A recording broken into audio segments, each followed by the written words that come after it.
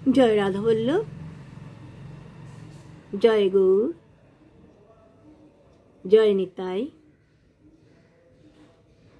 নতুন বছর, ইংরেজি নতুন বছর শুরু হচ্ছে। আর এই নতুন বছরে আমাদের প্রথম একাদশী পড়েছে 10ই জানুয়ারি, শুক্রবার। এই 10ই জানুয়ারি যে আমাদের যে একাদশীটি, সেইটি এই পৌষ মাসের শুক্লপক্ষের একাদশী। এই একাদশী তিথির নাম পুত্রদা একাদশী। পুত্রদা অর্থাৎ যিনি সন্তান দান করেন, বা যিনি একাদশী দেবী, এই একাদশী দেবী যিনি সৃষ্টিকর্ত্রী বা জননী।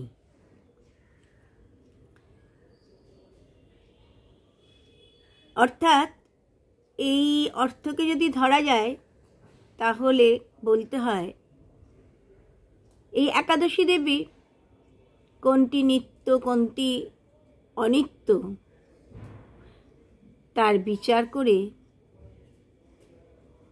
তার সন্তানের মধ্যে বৈরাগ্যের সৃষ্টি করেন, তাকে সঠিক পথে পরিচালিত করেন। জননীর মতো সবসময় তাকে কাছে কাছে রেখে তাকে আধ্যাত্মিক বিপর্যয় থেকে রক্ষা করে নিত্য ধামে তাকে পৌঁছে দেন। তিনি এই পুত্রদা একাদশী দেবী। আবার অনেক ক্ষেত্রে তাকে বৈকুণ্ঠ একাদশীও বলা হয়েছে। আর পরের দিন পারণ সকাল 7:44 মধ্যে, পরের দিনের পারণ 7:44 মধ্যে। আমরা দেখি যে এই একাদশী সম্বন্ধে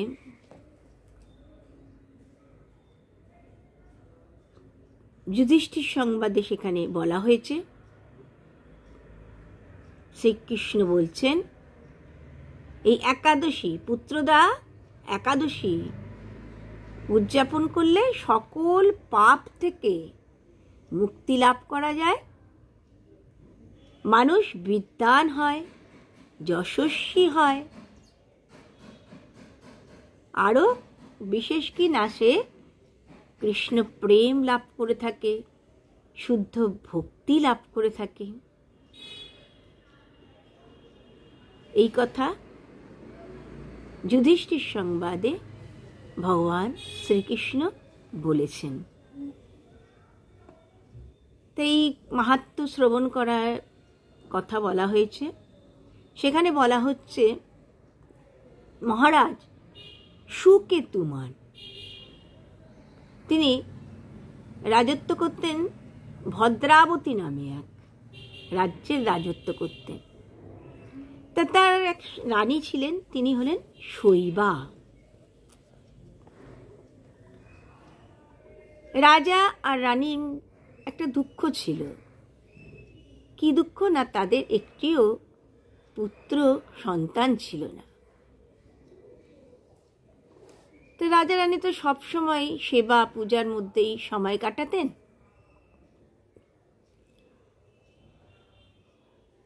তো রাজা রানী এই শোকাহত থাকায়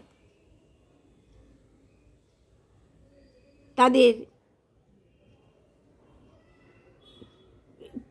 তর্পণ জল, তারা যে জল দান করতেন তর্পণ করে, তা পেয়ে পিতৃপুরুষদের উষ্ণ বোধ হতো। তা পিতৃগণ তখন অত্যন্ত চিন্তান্বিত হলেন,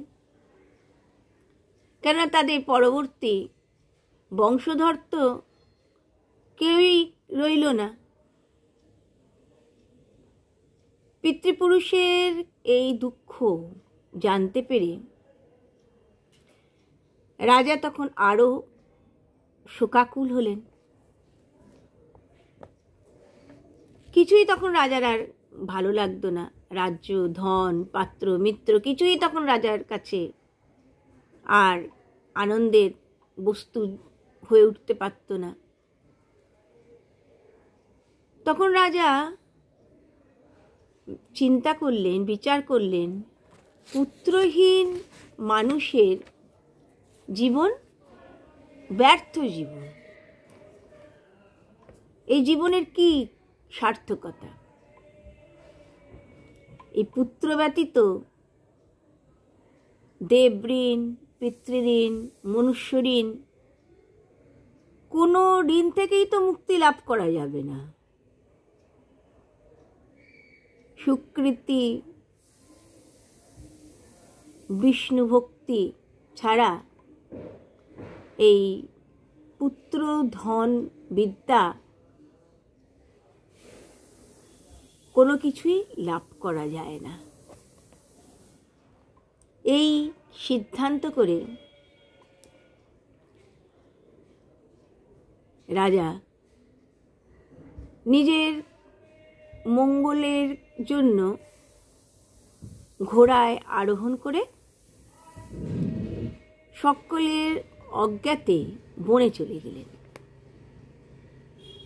তো বনে চলে গিয়ে রাজা বিশ্রাম না করে তিনি ওই বিভিন্ন বনবৃক্ষ, বন্য পশু এইসব দেখতে দেখতে রাজা বন ভ্রমণ করতে লাগলেন।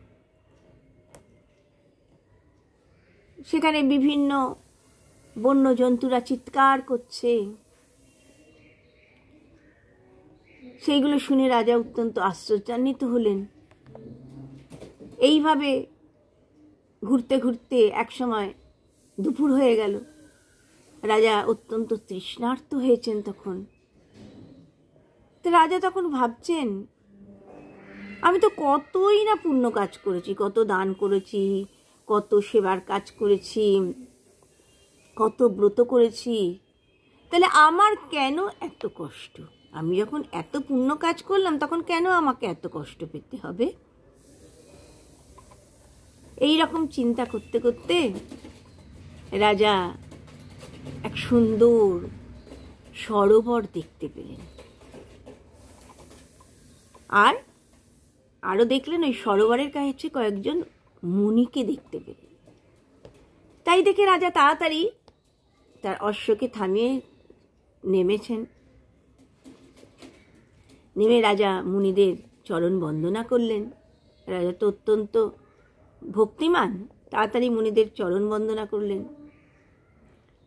তাতে মুনিগণ অত্যন্ত প্রসন্ন হলেন আর জিজ্ঞাসা করলেন, হে রাজন, আমরা তো আপনার উপর অত্যন্ত প্রসন্ন হয়েছি, আপনার কি ইচ্ছা? আপনি কিসের জন্য এই বনে এসেছেন তা আমাদের কাছে ব্যক্ত করুন।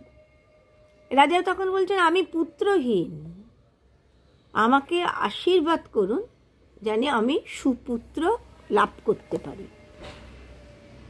তখন মুনিগণ বললেন, আজ তো পুত্রদা একাদশী, রাজা আজকে পুত্রদা একাদশী, আপনি এই একাদশী ব্রত পালন করুন, আর ভগবানের কৃপায়, ভগবানের আশীর্বাদে অবশ্যই আপনি পুত্র লাভ করবেন।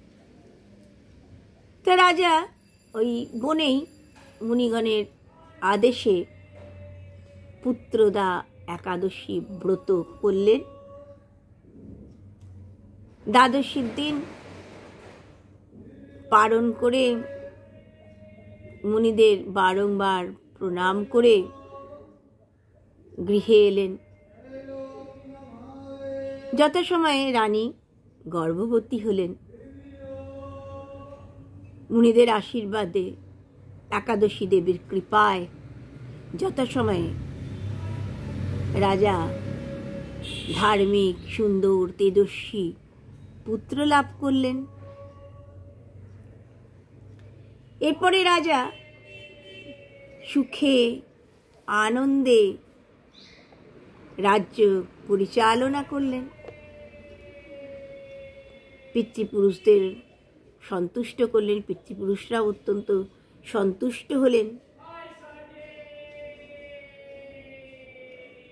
ধর্মরাজ যুধিষ্ঠিরকে শ্রীকৃষ্ণ বললেন, মহারাজ,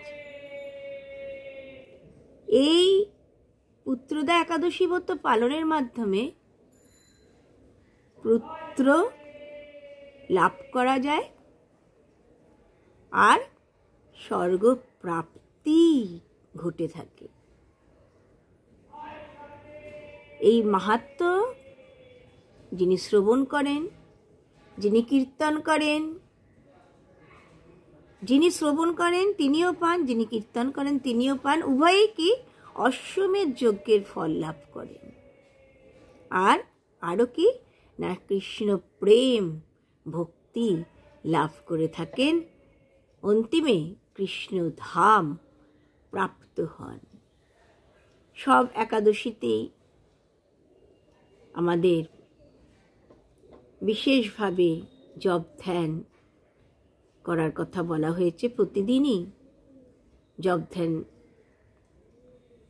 সমস্ত ভক্তরাই যেমনভাবে করে থাকেন, একাদশীর দিন যদি সম্ভব হয় বেশি জপ করার কথা বলা হয়েছে। স্তব প্রার্থনা কীর্তন অধিক সময় করার কথা বলা হয়েছে। আর কিছু সম্ভব না হলে, অন্য কথা না বলে সব সময়টাই হরিনাম করার কথা বলা হয়েছে। হরে কৃষ্ণ কৃষ্ণ কৃষ্ণ হরে হরে, হরে রাম রাম রাম হরে হরে, হরে কৃষ্ণ কৃষ্ণ কৃষ্ণ হরে হরে, হরে রাম রাম রাম হরে হরে, হরে কৃষ্ণ কৃষ্ণ কৃষ্ণ হরে হরে, হরে রাম রাম রাম হরে হরে, হরে কৃষ্ণ কৃষ্ণ কৃষ্ণ হরে হরে, হরে রাম রাম রাম হরে